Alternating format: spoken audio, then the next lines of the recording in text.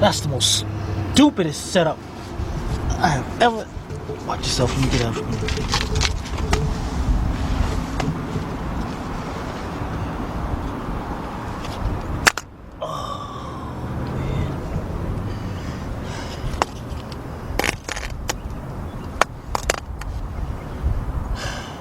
Man.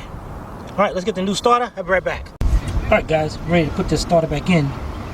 And you saw how I took this thing out? You have to actually turn that thing around, man. This thing sucks. Alright, let's get up under here.